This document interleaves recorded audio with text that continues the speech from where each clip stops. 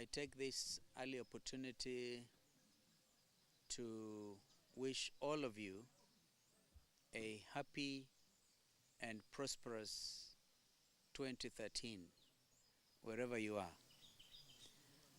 This far, the good Lord has brought us as a nation, and therefore we want to proclaim His preeminence in the affairs of this nation, and we know that He will be with us in the days, in the months, even the years ahead.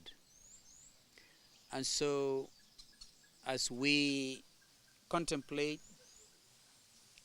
the reality of the new year, I have no doubt myself that it is a year that we can all be able to look forward to with anticipation, and for good reason. We have known challenges in the year 2012 and the years behind, but I want to say that we should now look forward with a renewed sense of optimism. Optimism is a word that we will need as we seek to transform the well-being of our people, as we transform indeed the very molding of our country. This is a year of transformation. I've often said in the past that we also need to embrace the principles of servant leadership. And if you combine servant leadership with the need to transform this country, then you realize the great hope there is for this country. And therefore I want to suggest to all of us that going forward, we set aside issues that divide us. Yes, even ideologies that have the capacity to divide us, so that whatever our social orientation, the weak, the strong, we will be able to look at each other in the face and call each other a fellow Kenyan, a fellow citizen, one that stands for transformation and true transformation of this country, taking into account the reality of our new constitution. We are going to have the first elections and our new constitution in just under 63 days. That is on March the 4th. And the reality of that watershed event will become even clearer once the results are announced. Because in my mind, the moment we realize county governments, the moment we realize serious devolution, and the attack we will have set on the challenges, primarily poverty and unemployment, I think we will have then realized the reality of the March 4th general election. And therefore, I am very optimistic this morning as I send my greetings to Kenyans, even those in the diaspora. Yesterday, day before, I had a 2-hour conversation with Kenyans living in the diaspora on telephone from the west coast of the United States. And I know that the conversation we had was meaningful.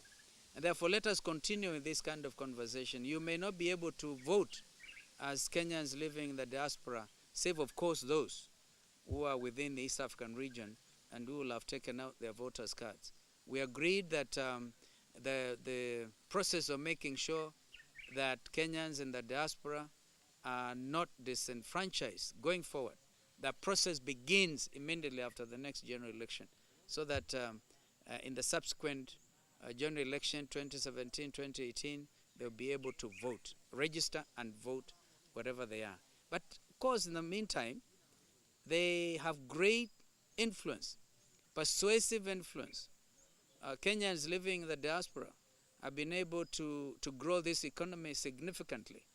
And that challenge continues, even as I plead with them to ask even their relatives back at home to vote for CORD, the Coalition for Reform and Democracy. I stress reform and attach to that word reform, transformation, and servant leadership. And so this is a way forward. I know that if we set aside our differences and remain united, the word code looked at differently actually is a juxtaposition of who we are as a people. I've just been talking about those of us who like to play the Mugithi dance. Don't you realize how coded the Mugithi dance is, for instance? That is the reality of code going forward, so that we can all feel part and parcel of each other. The Kenyan reality, the Kenyan dream. And even as we talk about the Kenyan dream, it is not that we're just dreaming, but we know that these dreams are also a product of serious reflection. Our Vision 2030, for instance, is what is guiding us. And I think even before 2030, we can achieve plenty. Our natural resources, our gold, our coal, our oil, all these things that are now coming to fruition. I want to assure all our supporters, all the party membership of Wiper Democratic Movement, which, by the way, this membership has been growing in leaps and bounds across the country, that there will be free and fair nomination in order to be able to pick up the flag bearers at the ward level, women reps, senators, and all the others elected positions. My name will be in the presidency. It is important to explain to all our supporters that even those who will be voting for Prime Minister, who will be the flag bearer for CORD, they will also be voting for the running mate, who is the Wiper candidate, and vice versa. This will be coming out as the ballot paper will have both of our photographs. And so this will make it very clear. There are some people going around saying this is their lineup. I urge them not to divide the party membership. Let wananchi be allowed the freedom to choose the flagship they are looking for. If it is a gubernatorial seat or senatorial, it is they should therefore ignore anybody who is saying this is my lineup, this is our lineup. We want wananchi to be given a free hand so that they can choose the candidates they want. And once that happens, we shall all come fully as a party to support those who will have been nominated to carry the flag of the party at the various elective levels. We can almost anticipate that in any contest, democratic contest, there may be those who feel that injustice was committed.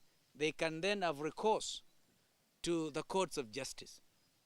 And here, under revitalized judiciary again, independent, revitalized, fired up, I think Kenyans now know that those with problems can go to the judiciary.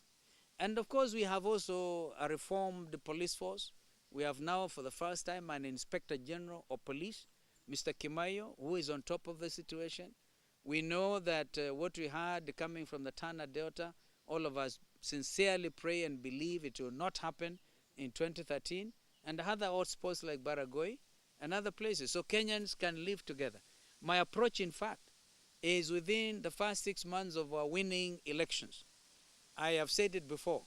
I will move from Turkana County to Samburu County to Isiolo County to Garissa County and be able to talk to these communities and really say, let us all disarm ourselves and then have dialogue. That is the best way to go.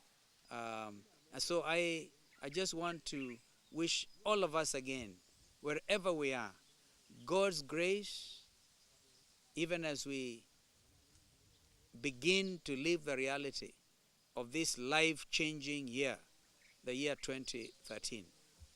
Thank you.